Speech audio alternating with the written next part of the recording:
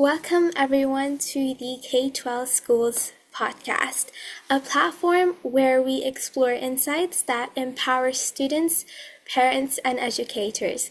Today we are honored to host Martin Lashkolling, an internationally acclaimed speaker with over 2 decades of experience in inspiring audiences worldwide.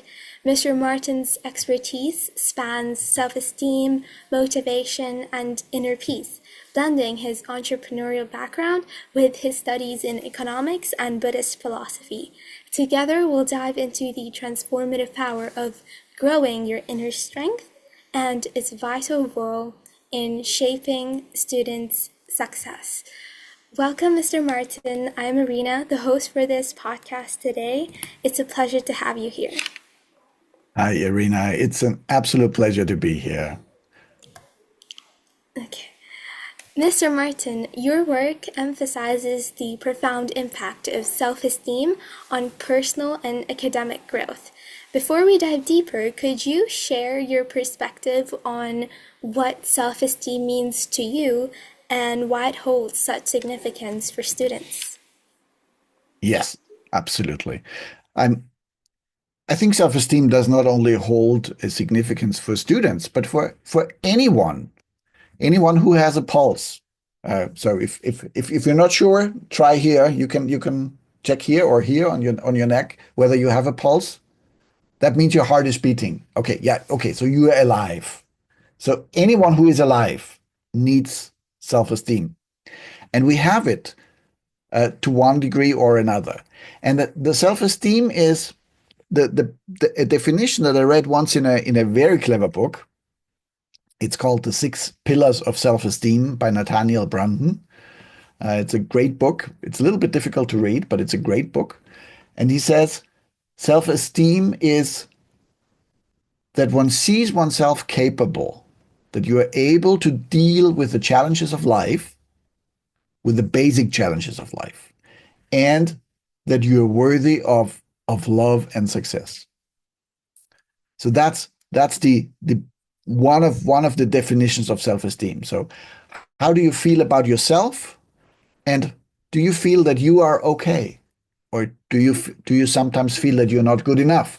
And that's normal, by the way.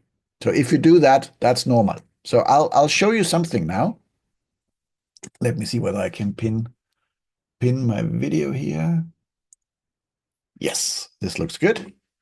And for those who are listening on the recording, I'll also explain and describe what you're seeing. So you can say that self-esteem is like it has 4 quadrants, and there are 2 factors that are important. And the one factor is worthiness. Are you worth? Do you feel worthy? Do you feel that you deserve something good? And the other one is competence.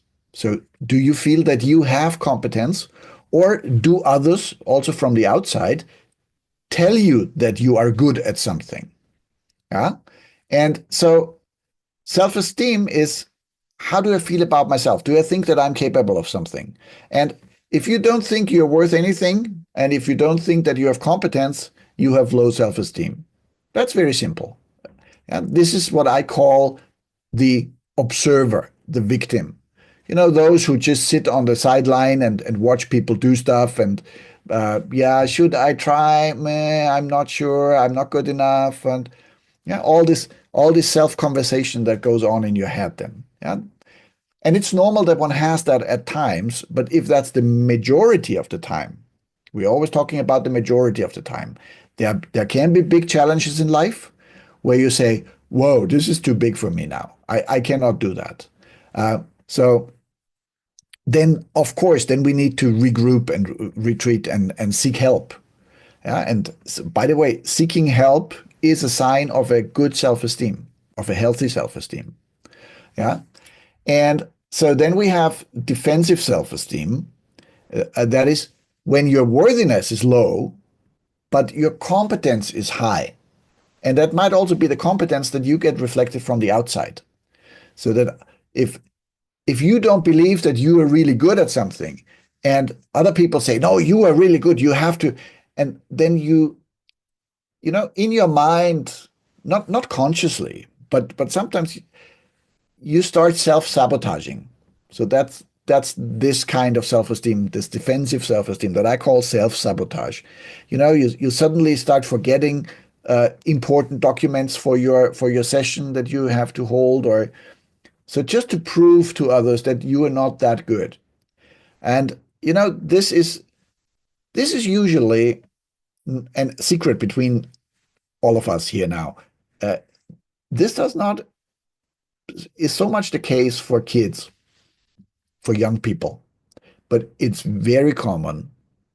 It happens a lot in old people because they have seen so much in life that sometimes they think, okay, I'm not that good enough as everybody says. Yeah.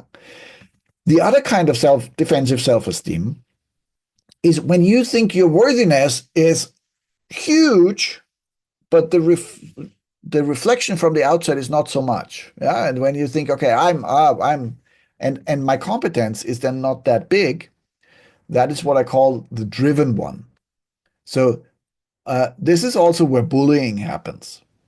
So if somebody plays strong and is a bully, they don't have high self-esteem. They have a defensive self-esteem. They don't feel good enough about them. That's why they have to prove all the time that they are so good, because they themselves don't believe it. And so the last one, of course, high self-esteem is when worthiness and competence, that you know something, that you can do stuff, is high, both are high, then it's high self-esteem. And that for me means serenity and success. So that you don't have to brag about how good you are. You know that you are good. And you don't have to rub it in to everyone that you meet. So you can be totally relaxed about it. And still, you are capable of being successful because you want to be successful and you know that you have it and you know that you're worth it.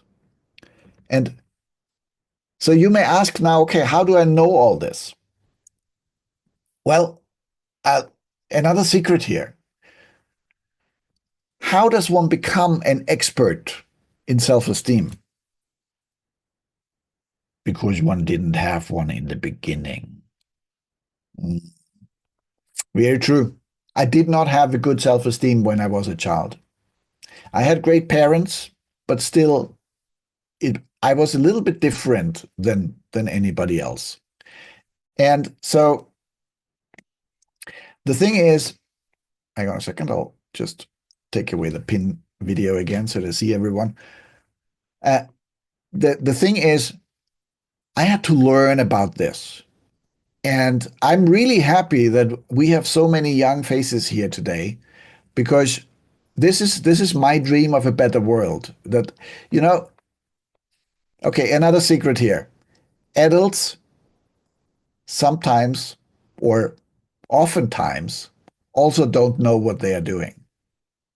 They're figuring stuff out as they go.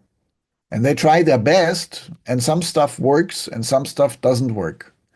So if you can take a little bit to heart what you hear here today, if there's something is there, and it's all only my opinion, okay? You don't have to take my word for it. Already the Buddha said, don't believe anything I say. Take it, try it out, see whether it works, and then take it on.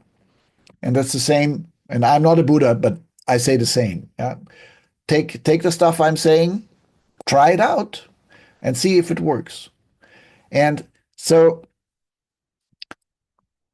self-esteem basically means, hey, that you are convinced of yourself, that you are capable, that you can do some stuff, and also that you can others let them be who they are.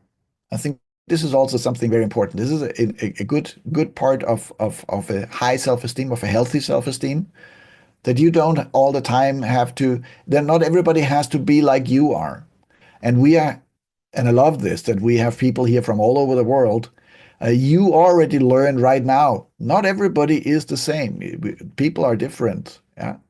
And but so many people who grow up in a small, isolated community, like it often can happen in Western countries, people only get to see people from like 10 miles around where they live.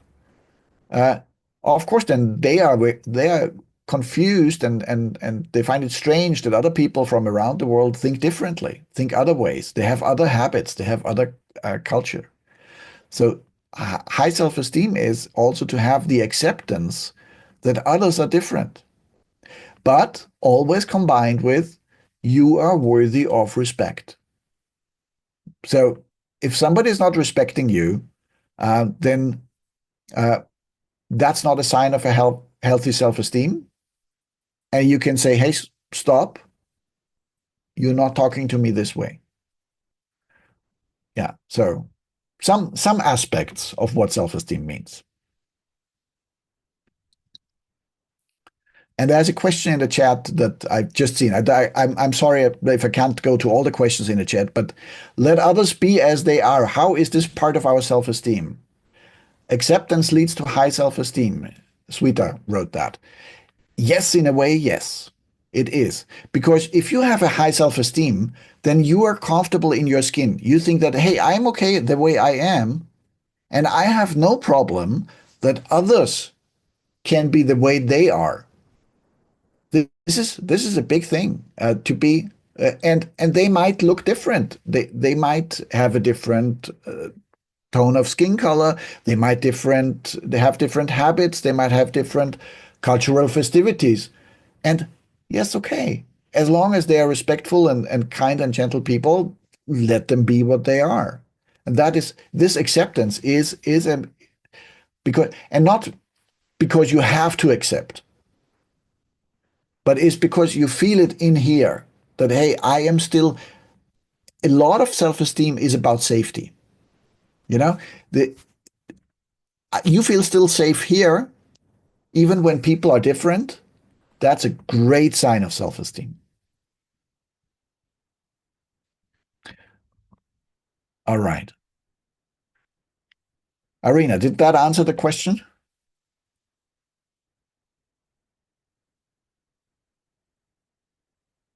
I can't hear you.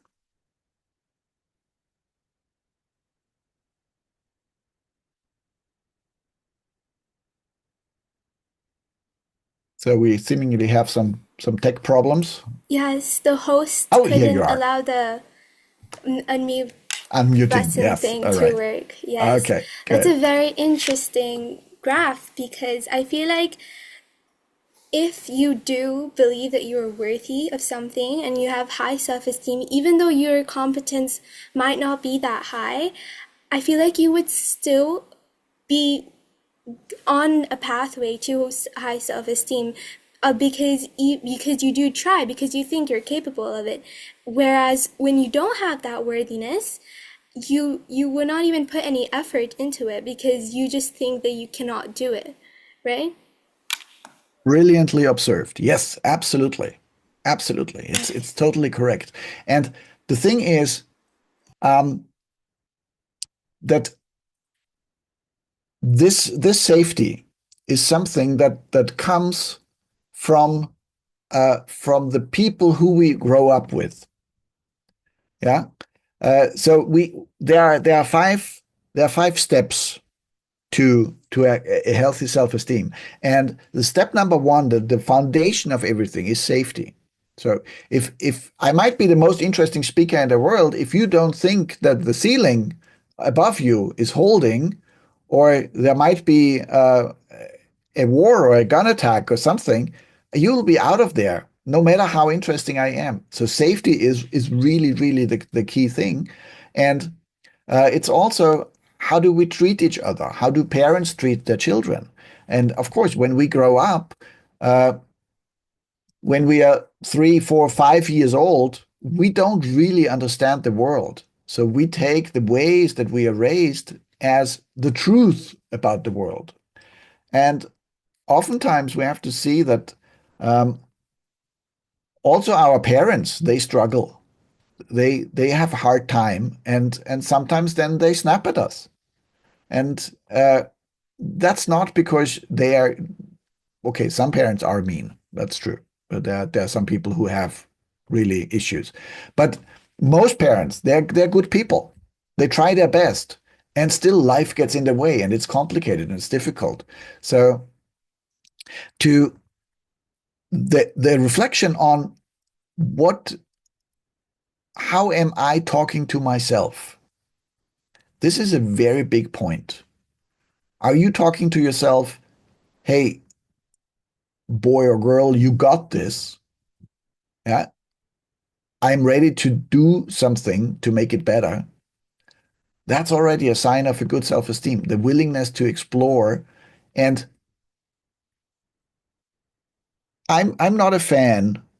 You know, sometimes you go somewhere and you get praised for just showing up. Yes, showing up is a big part, but you also need to put in the effort. And the question is not, so one of the big things that is a problem here is when we compare ourselves to others. Have you ever compared yourself to somebody else and you found out that you came out totally the same?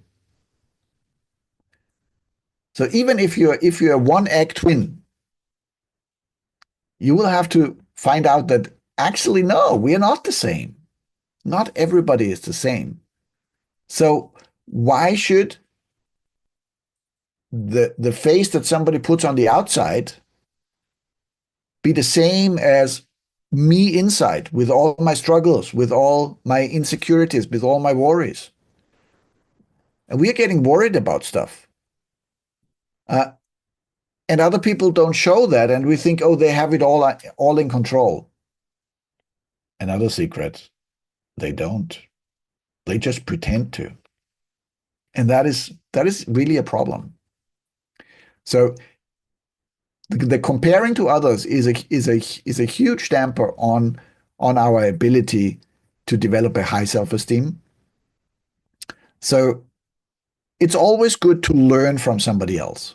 It's always good to look, okay, what can I learn from this?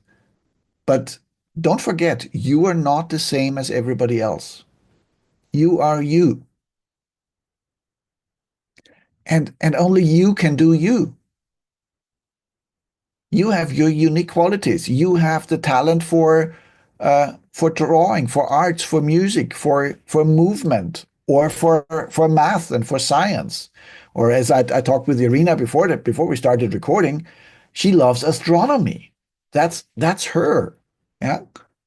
And so be you, do you, do that what you really enjoy. And I might be unpopular here now. Um, But I think you don't have to good grades in everything. You know, we are often are so busy trying to manage the stuff that we are not good at and forget to excel in those things that we are good at. So of course you have to get to the next grade. Of course you have to pass the exam. But if you are an arts person and you don't like mathematics, you have to manage mathematics.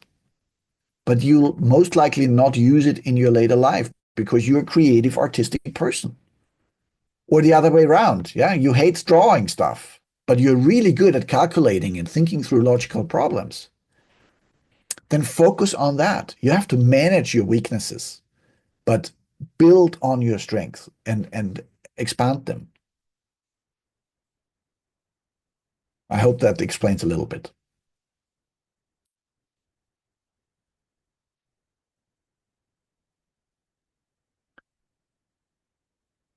So I've just looked at a question in the Yes. chat. You have achieved immense success in your life and career. What advice would you give to someone who's struggling to overcome obstacles and achieve their goals?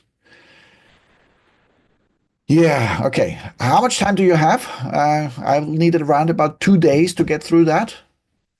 No, I'm just kidding. It's just a little joke. Um, yes. So the first thing about obstacles is We all will have obstacles. Everybody has. And the question is, and oftentimes we think we have to push through an obstacle in one day. But that's not how it works. And that's also not how nature works. If you look at the Grand Canyon, everybody knows what the Grand Canyon is. Uh, you have a flat plain, and then suddenly it drops like 200 meters, and down there is a river. It did not get down there on day one. It got there by consistent effort. So the consistent effort, doing a little bit every day, is much more effective than making a huge push in like a 1 week or so. You can learn for an exam in a week. That's okay. And you have to need to take special time to rehearse and see what you're learning. But it will be much easier if you do every day a little bit, because you're then forming a habit. And the habits are really, really important. So let me talk about habits for a moment. Habits are really cool. So who of you does not need to think which hand holds the toothbrush and which end goes into your mouth? What? Everybody, of course. We know that. Hello, what a stupid question. Yeah, sure, I know. I'm holding my toothbrush with my left hand, with my right hand, and the thing with the prickly end goes in my mouth because that's the brush. Okay, yeah. So we don't need to think about that because it's a habit. Yeah. If you have trained for a sport or drawing or something, then you have gotten the ability to do it almost automatic. You know how to do that. And that's a habit. And the same habit applies also in how do you talk to yourself? How do you how to go about with challenges? Are you really dealing with it well? How do you talk to yourself? Self-talk is a huge, huge, huge portion of self-esteem. And you know, I know that sometimes the hardest people on ourselves is ourselves. And that's not nice of us, but it's normal. Everybody does that. So if you can take one habit, make a habit of yourself, notice if something doesn't work out, don't say to yourself, oh, I'm stupid, but say, this didn't work. How can I do it better? And on the other hand, also notice when you did something well and say, oh, this went really well. Yay, me. Good. More of this, please. Let's do that better. Self-talk is such and such a critical habit. So, yeah. So that's how do you, well, with obstacles, to go back to the question, how do you eat an elephant? There's a joke. One bite at a time. So it doesn't matter if the obstacle is huge. If you have the time and the resources, then you go at it one step of the way. And if you want to run a marathon or a 10K race, how do you do it? One step at a time. And that is how we can face obstacles.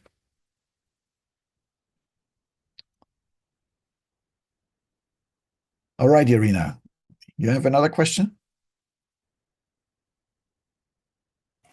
All right. Sorry, it doesn't allow me to No unmute. worries. Yeah. Right. I think what you said about the elephant was really a unique way of looking at it. Because what I personally did with my studies was there's a whole lot of different subjects and different concepts, and I other students, probably my age, are struggling with that as well, especially those with more subjects. So Right. I learned this trick of like breaking it down into smaller pieces and being consistent with that. So I think consistency is Absolutely. key when you're, yeah, when you have a whole load of stuff. All right. Yeah, absolutely it is. Okay. So, I mean, you've answered most of the questions here by yourself. Um, okay. So, developing inner strength and self esteem is crucial for personal growth. How can these Yes. qualities help students prepare for the future? Oh yeah, good question. Really good question.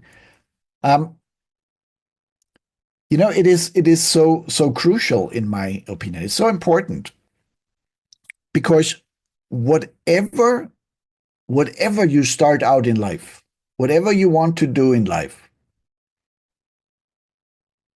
who is the person that you will always take with you? So not me, Martin, but I will always take me, myself, and you will always take you. And that's why self-esteem is so important, uh, because you are taking yourself along all the way.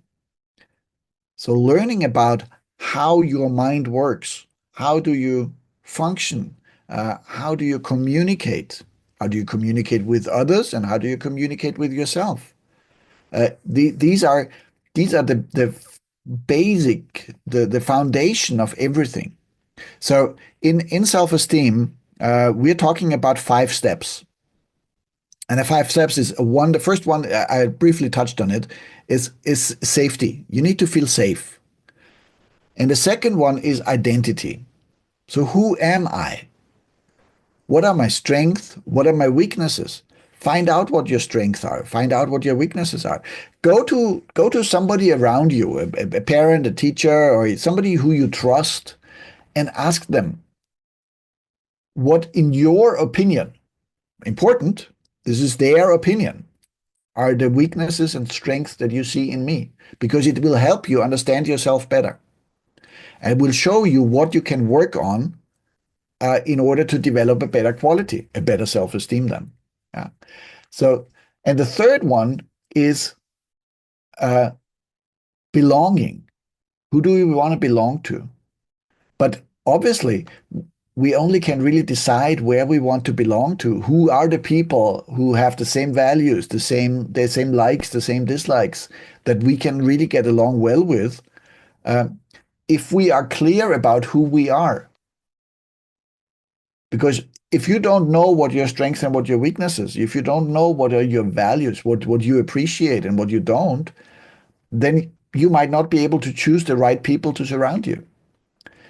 And only then, when we have safety, identity, and belonging, then we can talk about vision and mission. What are my goals for the future? What do I want to what do I really want to be one day? What do I want to achieve in life? And number 5 is then the competence. And that's also important. If you want to make something happen, if you want to get something done, you need to know how. But if you don't like yourself and you don't think that you're good at anything, you can know how so much you want, and it will not help you because you will not do it. So that's why we have to build up those 5 layers in this succession. So the most important is, who are you? What's your values? How do I work? How does my mind work? And and um, in in Zen Buddhism, there is something called the monkey mind. I don't know if you've heard that term. That is sort of like the little voice up in there that's going like, "Oh no, you cannot do this. You're not clever enough. Others are much better than you." Ma ma ma ma ma, quack quack quack. Uh, and monkey mind is really good at worrying and making scenarios. All this could go wrong, and this is dangerous. And no, please. And you know what? Monkey mind is trying to keep you safe. It tries to keep you away from harm, but it doesn't have the answers. You don't always have to listen to monkey mind.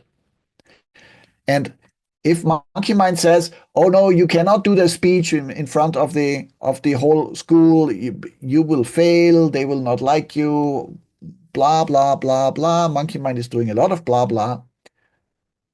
Then you can ask yourself, okay, how many speeches has monkey mind already done, and how many have I? Yeah, how many exams has monkey mind already written, and how many have I? And you will realize you are the one doing all the work. Monkey mind is just commenting. They're just blabbering. So oftentimes it's really good just to ignore monkey mind. Yes. So I see somebody raise their hand. I think we are half hour into the podcast. Is it okay to take some questions from the participants?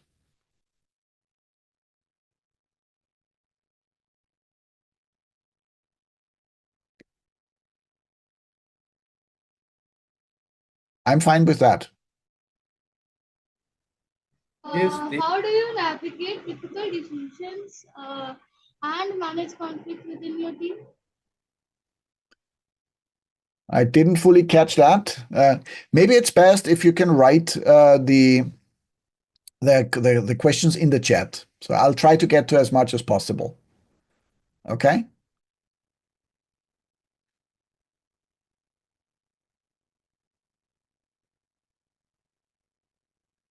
So I see one here. I have doubt. Yes. That's from Advik. Yes, Advik. Absolutely. Everybody has. I do too. Uh, and sometimes doubt will help us to say, okay, I need to assess this a little bit more. Let me find what the right approach is. And sometimes you just say, oh, I'm doing it anyway. Yeah. So what is the secret of success? Yeah, if I knew that, then no. So for there are many people who claim they have the secret to success. Um, yeah, most of them don't. Just to say that. But if there's one secret to success, it is persistence. Keep showing up. Keep doing things. That is one of the key ingredients to success. Start learning. Look who knows about this. Learn from those people. Be eager. Be open. But keep on doing things. Then you will get the hours and the things. So, how to navigate difficult decisions and manage conflict within your team? Oh yeah, this is what about a million leadership books have been written about. And how do you manage difficult decisions?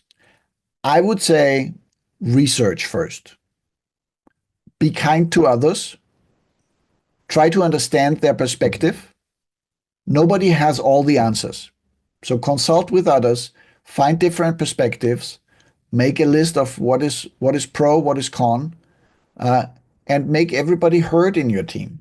I think this is something that's really important because then you can navigate the difficulties better. So um, so let me see. There are lots of questions coming in. I apologize if I don't see some of them. Okay. Um, may you share a personal situation in your life and how you faced it with all the criteria you have mentioned? Oh, there are many situations, and even to this day, I sometimes fail. So let me be very clear about this. Yeah, we always have problems. We always will run into challenges. There will be always be difficult things that are difficult. But um, what I learned over time is that unless you are standing on a busy crossing on the street and the bus is coming, then you should be acting immediately. Okay? Get out of the way. But for most other things, it's okay to take 10 minutes to think. we are all usually are so impulsive and try to react right away. And sometimes that's not the best. So take a moment, and there is not for nothing the saying, I'll sleep a night over it. If you have a difficult decision, a huge decision to make, take your time and see how it aligns with what you actually want to achieve. So how can we fix our forgetfulness? Oh, that's a good question. I would like to know that too. So one thing I feel is, um, we have a body and we have a mind, and sometimes our mind depends on our body. So make sure you have a balanced diet. You get all, and I know this is unpopular. Eat your greens; they are actually good for you. Yeah. So get the right nutritions that can help and otherwise find a system. You know, I'm so happy that we live now in this day and age where we have these things here, because I can make my appointments ring. In the old times, we had calendars that were on paper, and I would forget about appointments all the time. And so I delegate now my attention to my device. I know it's maybe not the best thing to say in this day and age, but it reminds me to do things. So you need to find a system that works for you. Not everybody's system is working for everybody. Find a system that works for you. So be creative. Sometimes it's good. You take a post-it sticky note and you glue it on the entrance door so that you don't forget the stuff that you want to take along. If that's what it takes, great idea. Do that. Okay. Okay. Avishi writes, how do you stay motivated and driven even when faced with challenging situations or uncertain outcomes? Oh, that's a good question. That's okay. I can take another hour to talk about that. So, but no, but I'll give it to you in a nutshell. Um, so the thing is, most outcomes are uncertain, and we have potentially high hopes for things, but unfortunately,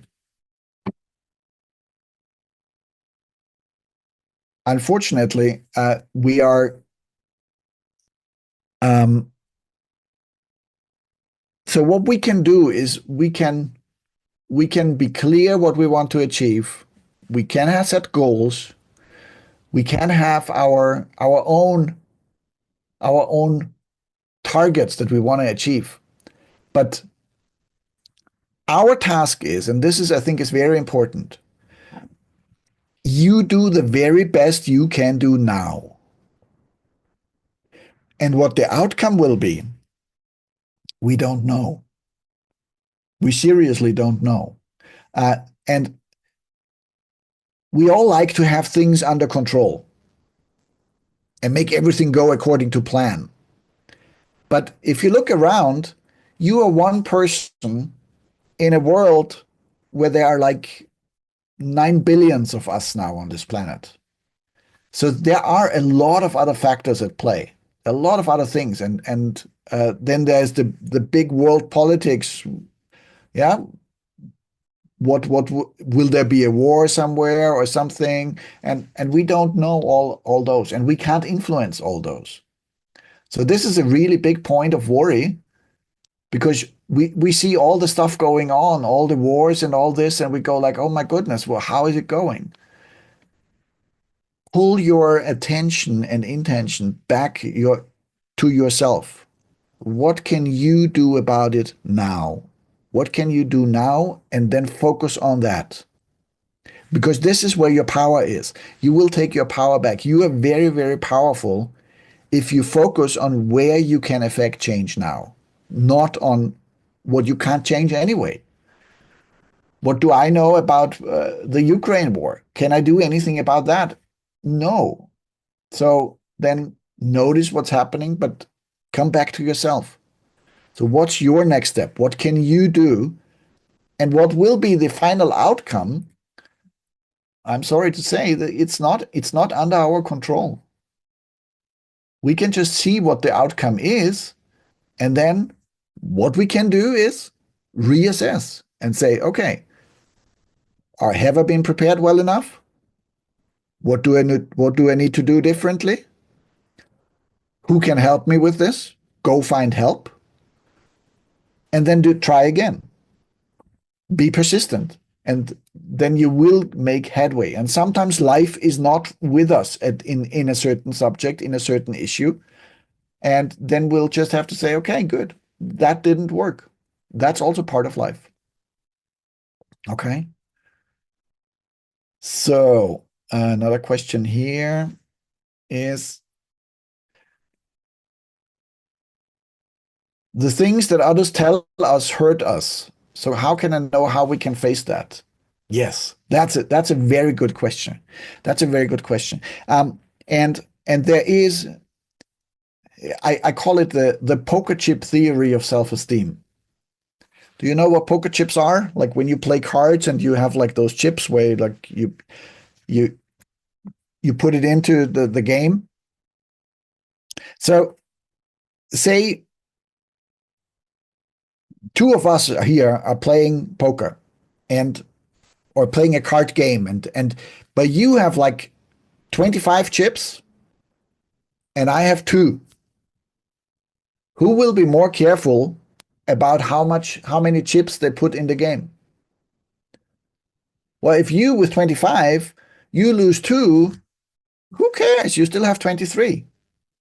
But if I lose two, then I'm done. I have nothing left. So I have to be much, much more careful about my stack of chips. So and the poker chip theory of self-esteem says that make sure that you have a good stack of chips. Make sure that you have good memories that you can rely on. Make sure that you know about your worth. Because if somebody says something, it needs to pass one gatekeeper. And that gatekeeper is you. Do you believe what they say? Yeah. If I said to Irina, hey, your green hair looks strange. And then she will go like, hey, my green hair? I don't have green hair. He must be having some problem with his eyes. So that would not be hurtful. But if somebody else said, oh, you're stupid, then what is your gatekeeper saying? Is your gatekeeper saying up here, oh, he never talked to me and he already knows, oh my goodness, my mom always said the same? Or does your gatekeeper say, hang on, do I like this? No. Um, Maybe he has a problem. Maybe he has indigestion and needs to go to the bathroom quickly. But I don't know why he's saying that. It doesn't have anything to do with me. So nobody else can make you feel bad unless you buy into it. That's a huge thing. And it's very hard to do, especially with the people that we really like and that we are really close to. Yeah, if a sibling or a parent or a child tells us something that we don't like to hear, it's hard. But always know, without you agreeing to that, nobody can say anything. They can say whatever they want. There's this old saying, what Peter says about Paul says more about Peter than Paul. Yeah. So everybody is speaking from their own experience, from their own insecurity, maybe. Yeah. And so if you're having troubles with that, there are great programs on bullying and how to deal with bullies and how to talk to them. So because the one thing that we can do is just ignore them. That's the easiest solution for the moment. But the other thing is to actually learn how to communicate better, how to understand what they are meaning. Oftentimes, it's just another hurt person on the other side as well. So don't let other people, whatever other people say, take it, take a deep breath, and think, does this really help me now? Is this really something that I need to take serious? And only then react. Don't allow the autopilot in there to immediately react and, oh no, yeah, he says stupid. Everybody says I'm stupid. Okay, so I must be stupid. Yeah, no, I'm so bad. That doesn't help. It doesn't help you. Okay. So, and if one little trick to that, if somebody says you're stupid, you can say, oh, interesting. Why exactly? And usually, bullies just try to say stuff just to hurt you, just to make you feel uncomfortable. And when you start then, okay, yeah, interesting. What makes you think that? Well, because you wear stupid clothes. Okay, good. So because they're different than yours, you think they're stupid. Okay. So you already see here, they think something. That's why they say something. It's got nothing to do with you. So why should you take it serious? All right. Good. Let me see. We are a little bit over time. I'll take one more.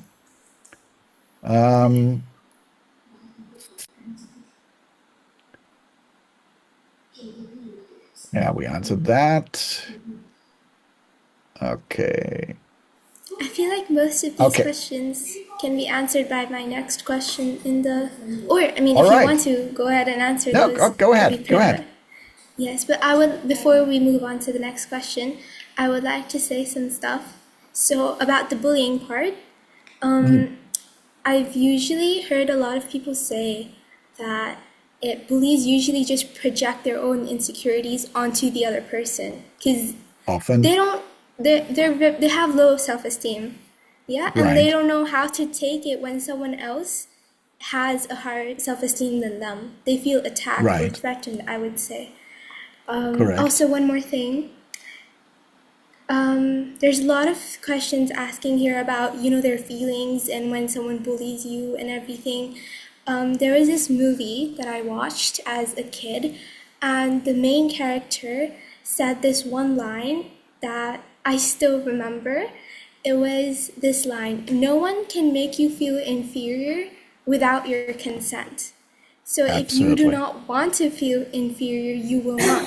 Because you need to realize, even when someone is, trying to hurt you, these are your feelings. And at the end of the day, you're the one who controls them. And so you can always just be like, okay, and just let it go, like you said, ignore them.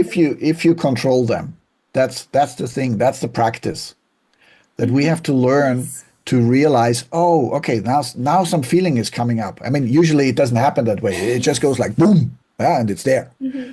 But if we can be more mindful about it, if we can pay attention to it, and whatever you do, how you do that, you do meditation or whatever your practice is. But the trick is really to take this moment. There's a stimulus. There's an event, and then there is a reaction from our side. And that reaction will determine what the outcome is. And the event already happened. So it always depends on our reaction. How do we react to the event? And if we don't like the outcome, then we can only think, okay, how do I change my reaction?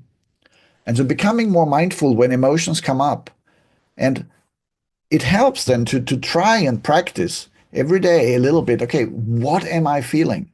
What is the emotion that is here? And then say, okay, I'm now angry, I'm sad, I'm confused, I'm worried, or I'm happy, or I'm joyful, or I'm I'm delighted, or I really feel good. Yeah. So already just taking a moment and thinking, how do I feel about things? How does the feeling what is it that I'm feeling actually? That will help me take a little bit of step back and then not automatically go and react to the feeling, but have this time frame, this little reaction lapse where we can say, okay, what do I want to do with this now? Is this really helpful? All right, good. Yeah, we are already quite a bit over time, so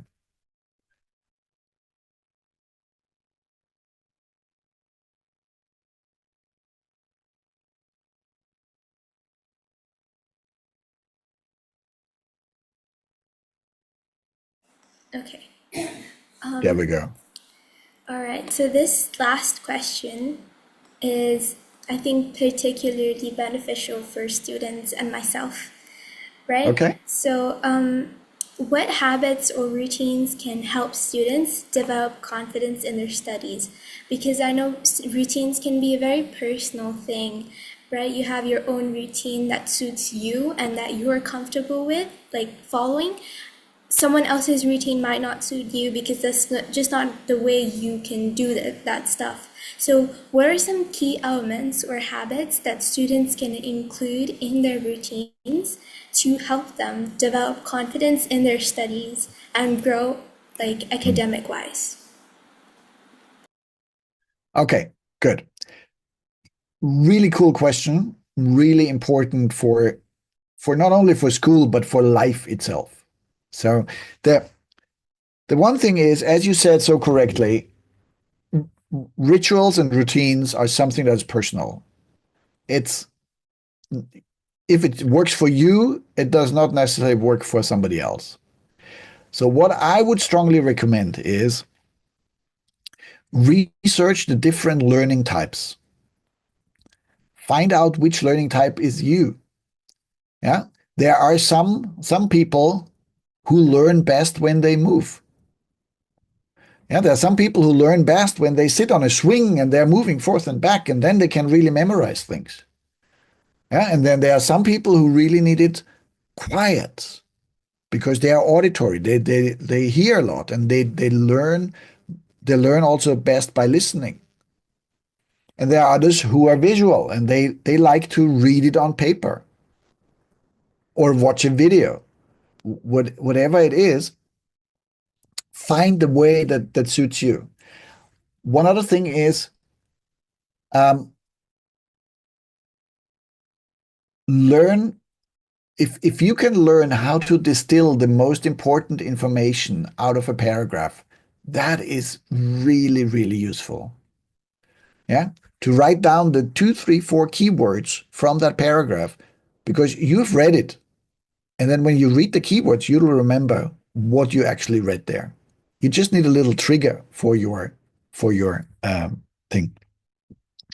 Another thing that is really useful, especially if you do oral exams. I don't know if you do that, but also in written exams. There is something called memo techniques. So how to memorize things.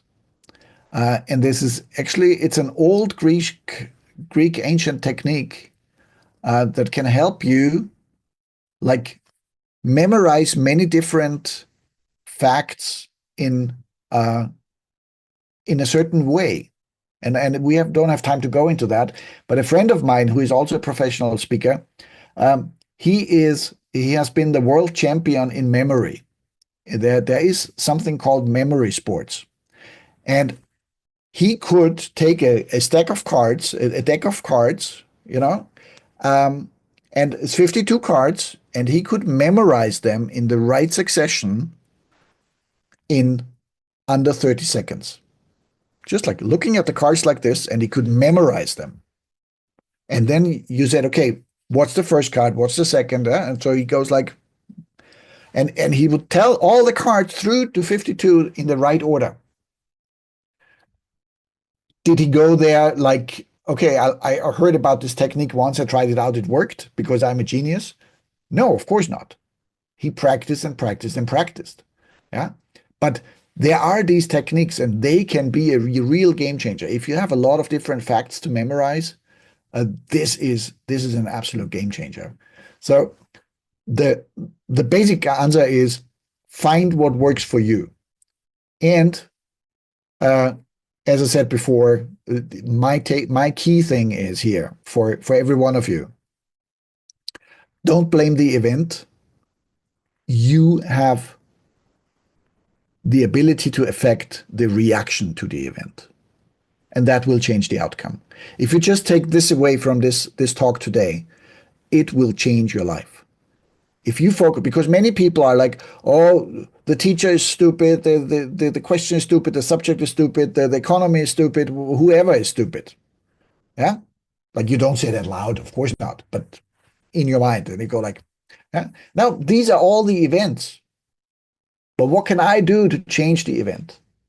Yeah? And then find a way how you can uh, how you can change your self-talk. Notice it. Are you talking bad about yourself, or are you talking empowering to yourself? Talk empowering. Say, okay. And oh, and one last word. The word is yet. Yet is one of the most important words in the English language. Because if you can add yet to the sentences where you beat up on yourself, it will change your life. It truly will. Instead of saying, I don't know how to do that yet. I'm not good enough yet. So add that word, because it shifts from powerlessness and saying, I don't have this under control, I can't do anything about it. It shifts it to, hey, if I work on it, I can get to it. So I can't do it yet. That's really interesting. So I feel like if we were to sum it up in one or two words, or in one sentence, we could say don't have a victim mindset, right? Yes, You are responsible for your own actions and not someone else. So you need to learn exactly. self-control and discipline and everything. So, right. Okay. So let's wrap it up. Fantastic. As we wrap up this enlightening session, we hope you feel inspired to embrace your inner strength and prioritize self-esteem in your journey towards success. Mr. Martin Lashkolink's profound insights have provided practical tools to overcome challenges and cultivate a growth mindset. Remember, success begins from within, and with the right approach, every challenge is an opportunity. Thank you, Mr. Martin, and thank everyone else for joining us on this transformative journey, and we look forward to welcoming you to our next episode. Thank you. Absolute pleasure. Thank you so much, everyone. It was an absolute pleasure. And I'm sorry that there were so many interesting questions. We couldn't answer them all. But I really appreciate the lots of questions, and it shows that you're really engaged. And I believe already, if you have taken this session at a young age, you will be going places. So don't let anybody tell you else. You will be going places, and just keep on doing what you're passionate about, what you're interested in, and it will turn out well. Thank you all so Thank much. you. It was really informative.